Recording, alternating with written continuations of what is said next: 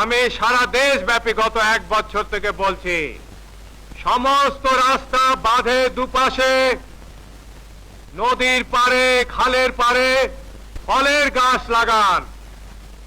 এরকম ভাবে সারা বাংলাদেশ ব্যাপী যদি ফলের গাছ লাগানো হয়, আম গাছ, কাঁঠাল গাছ, যা খুশি লাগান।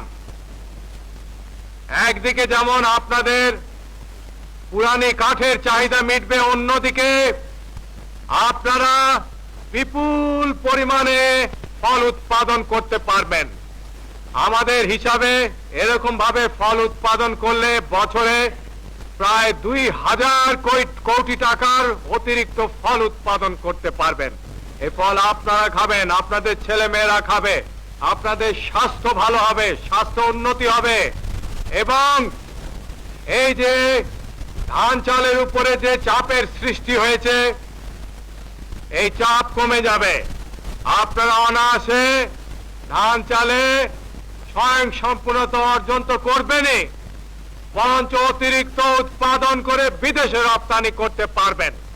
আমাদের হিসাবে যদি আমরা প্রতি বছর বর্তমানে যে পরিমাণে খাদ্য উৎপাদন করছি তার দ্বিগুণ যদি উৎপাদন করতে পারি, তবে বার্ষিক আয় আমাদের জাতীয় ভিত্তিতে 3000 কোটি টাকার উপরে চলে যাবে। তখন আর আমাদের কারো মুখাপেক্ষী হতে হবে না, ভিক্ষা করতে হবে না অন্য দেশের কাছে।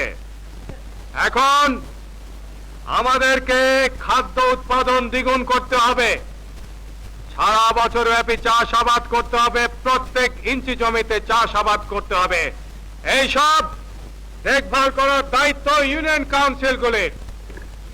আগের মতো ইউনিয়ন কাউন্সিলের নেতা হলে চলবে না, এখন কাজের নেতা হতে হবে, কাজে কর্মের মাধ্যমে।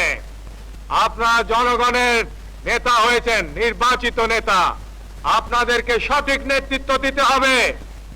আপনাদের ইউনিয়নে কোনো জমি খালি পড়ে থাকতে পারবে না, রাস্তার দুই পাশে গাছ লাগাতে হবে, শীতকালে গমের চাষের ব্যবস্থা করতে হবে,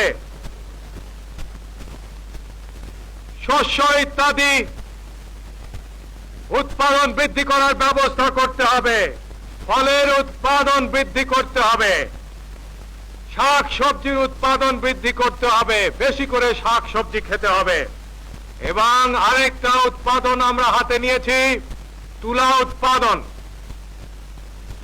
এই গত শীত মৌসুমে পরীক্ষামূলকভাবে বাংলাদেশের বিভিন্ন অঞ্চলে আমরা তুলা উৎপাদনের কাজ হাতে নিয়েছিলাম এবং সব জায়গায় সফলতা অর্জন হয়েছে। আপনাদেরকে নিজ নিজ এলাকায় আরো অনেক বেশি পরিমাণে তুলা উৎপাদন করতে হবে, যাতে আমরা তুলার চাহিদা দেশের মধ্যে মিটিয়ে ফেলতে পারি।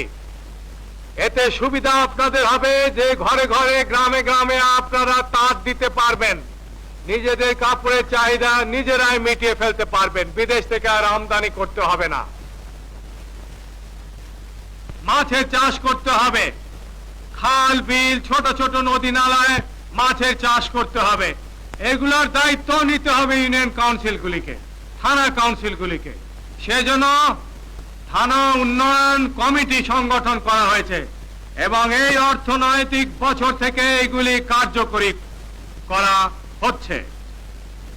একদিকে যেমন সরকারের তরফ থেকে অনুদান দেওয়া হবে এই থানা উন্নয়ন কমিটিগুলিকে, যে কমিটিগুলিকে আপনারাই চালাবেন, নিজেরা চালাবেন, পরিকল্পনা নিজেরা গ্রহণ করবেন। তেমনি অন্যদিকে আপনাদেরকে স্থানীয়ভাবে কিছু টাকা উঠাতে হবে এবং এই 2 টাকার অঙ্ক যোগ করে যে টাকা হবে তার উপর ভিত্তি করে এবং স্বেচ্ছামূলক কাজের উপর ভিত্তি করে আপনারা বিভিন্ন ধরনের গ্রাম উন্নয়নমূলক কর্মসূচি হাতে নেবেন। এছাড়া প্রত্যেকটি ঘরে ঘরে, গ্রামে গ্রামে হাঁস মুরগির খামার করতে হবে, গরু ভেড়ার বকরির খামার করতে হবে, যাতে আমিষের যে প্রয়োজনীয়তা আছে আপনাদের